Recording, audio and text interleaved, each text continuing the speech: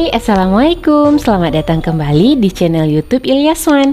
Bagi kalian yang belum subscribe, silahkan subscribe ya. Dan bagi kalian yang sudah subscribe dan membaca novelku, terima kasih banyak. Kita lanjutkan lagi ya. Ini di bab 60. Ketika istri berhenti peduli. Bab 60. Pov Naya. Keluar kalian dari rumahku, teriak ibu sambil menangis. Entah mengapa, dari tadi dia hanya menangis dan merutuki nasibnya yang sial. Ibu kadang menangis, kadang tertawa. Aku hanya takut ibu menjadi gila dan Lela akan menuduh kami sebagai penyebabnya, karena saat ini hanya aku dan Mas Arman yang ada di sini. Ayo kita pulang, Mas. Aku mengambil tas yang berada di atas sofa, kemudian memakainya kasar. Aku kembali melihat ibu yang masih menangis dan duduk di lantai. Bahkan sekarang rambutnya sudah berantakan karena dari tadi dia sibuk menarik-narik rambutnya sendiri.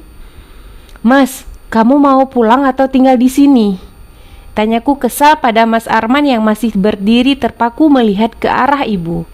Aku tahu, mungkin rasa kasihan masih ada pada Mas Arman. Hanya saja aku tidak akan membiarkan rasa kasihannya itu malah dimanfaatkan oleh ibu kembali untuk menguasai Mas Arman.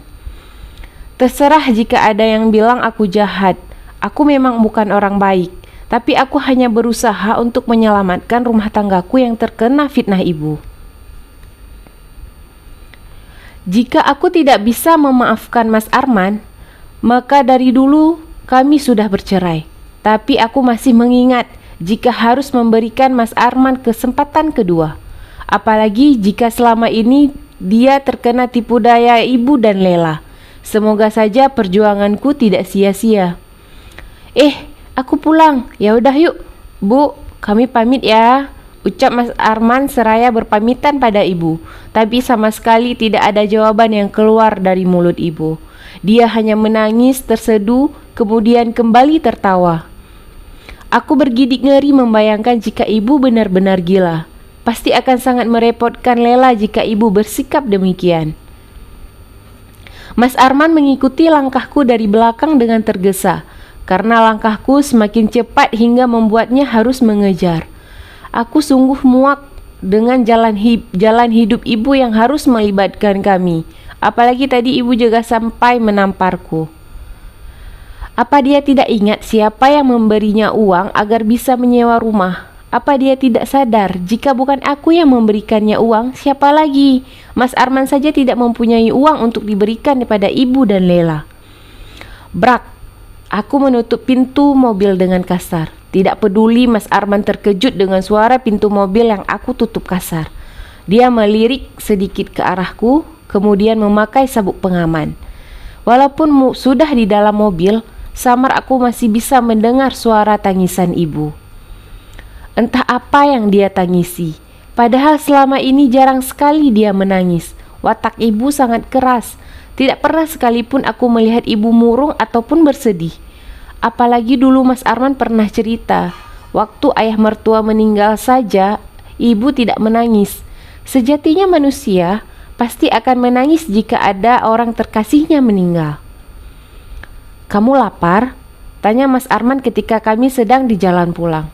Perutku memang sudah perih, karena tadi siang juga aku cuman makan sedikit. Iya, kita makan dulu ya. Jawabku yang hanya dibalas anggukan oleh Mas Arman. Kemudian ketika kami sampai di daerah perkotaan, dia memarkirkan mobil di halaman toko yang sudah tertutup. Di depan sana ada orang yang berjualan nasi uduk. Aku segera turun dari mobil, kemudian berjalan langsung ke sana. Nay, tungguin! Teriak Mas Arman dari belakang. Terpaksa ku hentikan langkah ini. Kemudian melihat ke belakang. Mas Arman datang dan menggandeng tanganku mesra. Kemudian kami berjalan ke arah warung nasi uduk.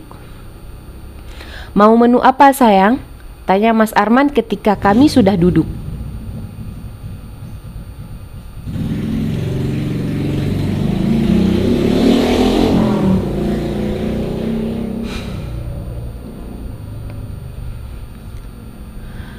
Mau menu apa sayang? Tanya Mas Arman ketika kami sudah duduk. Aku bebek goreng aja mas, jangan lupa bilang kalau terasinya yang banyak, jawabku pada Mas Arman. Kemudian dia berlalu pergi untuk memesan makanan. Warung nasi uduk ini sebenarnya tidak terlalu luas, karena hanya dibuka di saat toko yang lain tutup. Otomatis hanya sebesar bagian parkir, tetapi tempatnya selalu penuh. Bahkan jika kita mau membelinya, harus rela antri karena memang makanan di sini sangat enak. Untung saja ketika kami sampai kemari, ada meja yang kosong. Di sini disediakan bangku kayu panjang, jadi setiap orang bisa duduk bersama. Kulihat Mas Arman sedang memesan makanan dan minuman.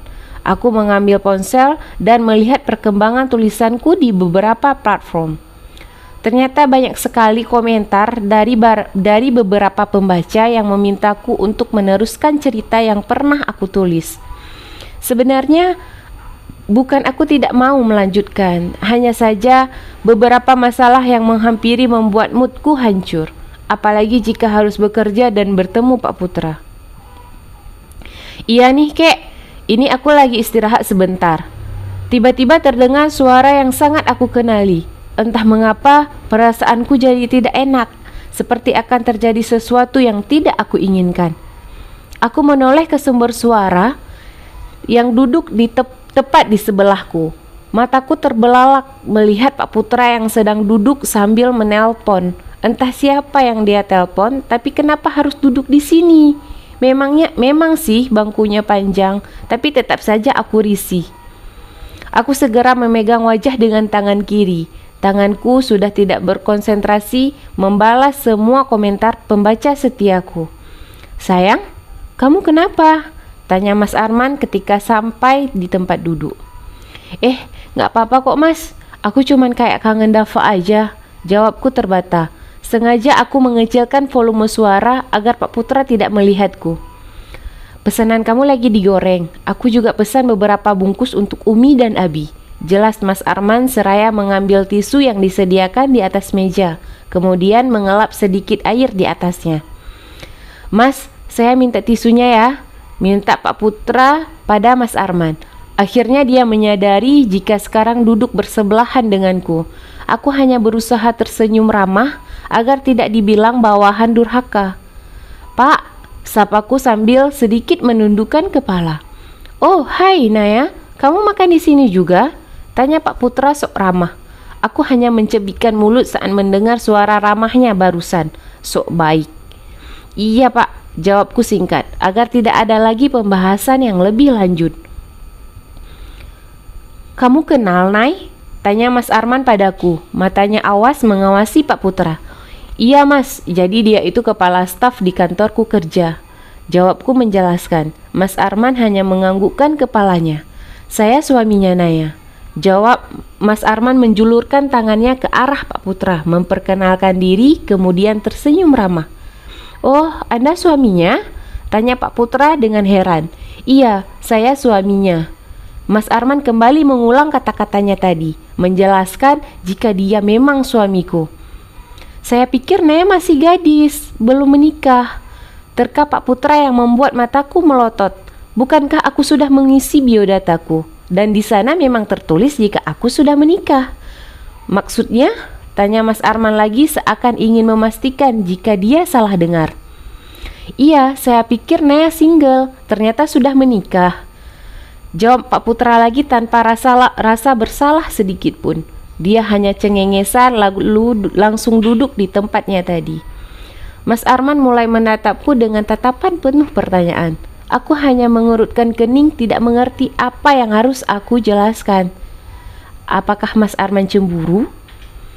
Apa di biodata kamu nggak nulis kalau kamu sudah nikah dan punya anak? Tanya Mas Arman acuh saat kami sedang menikmati nasi uduk. Sudah kuduga pertanyaan itu akan muncul. Ada mas, dia aja yang gak baca. Nyebelin memang itu orang, jawabku ketus hingga hilang sudah selera makanku. Ini dia gara-gara Pak Putra. Terus kenapa dia masih bilang seperti itu? Tanya Mas Arman lagi seakan belum puas dengan jawaban yang aku berikan. Ya gak tahu. Kalau masih penasaran, tanya aja orangnya langsung. Jawabku lagi. Mas Arman kembali melirik ke arah Pak Putra, tapi kali ini dia melihatnya dengan tatapan tidak suka. Aslinya orang mana, Mas? Tanya Pak Putra lagi. Untuk apa coba dia tanya-tanya begitu? Sungguh memang tidak jelas. Saya asli kampung Monara. Dekat kok dari sini, jawab Mas Arman sok ramah. Padahal dari tadi dia marah tidak jelas gara-gara Pak Putra. Oh, saya baru Mas di sini, makanya belum terlalu tahu wilayah di sini, sahut Pak Putra lagi. Mereka terus berbincang. Aku sama sekali tidak mendengarnya karena aku sibuk memakan bebek goreng kesukaan. Mas Arman dan Pak Putra terlihat lebih akrab saat sedang merokok bersama. Sampai akhirnya kami pamit pulang dan Pak Putra juga pergi entah kemana.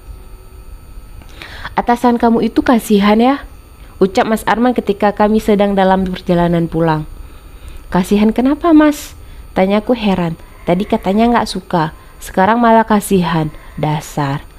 Iya, tadi pas kami lagi ngobrol, dia cerita kalau dia lagi nyari keberadaan ibu kandungnya.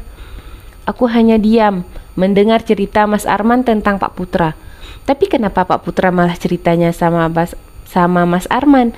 Padahal mereka baru saja mengenal. Apa ada maksud lain atau memang Pak Putra orangnya terbuka saat duduk sesama laki-laki? Kok dia ceritanya sama kamu sih? Kalian kan baru kenal. Aneh, tanyaku pada Mas Arman yang sedang fokus menyetir. Iya, soalnya ibunya itu dulu juga tinggal di kampung Monara. Makanya dia cerita sekaligus nanya apa Mas kenal sama ibunya. Pas Mas mau tanya siapa namanya, kamu udah teriak-teriak manggil. Pas lihat wajah kamu udah merah kayak tomat, Mas langsung pamit aja ke dia. Takutnya nanti malah kamu yang ngambek lagi. Jelas Mas Arman yang membuatku ingin tertawa.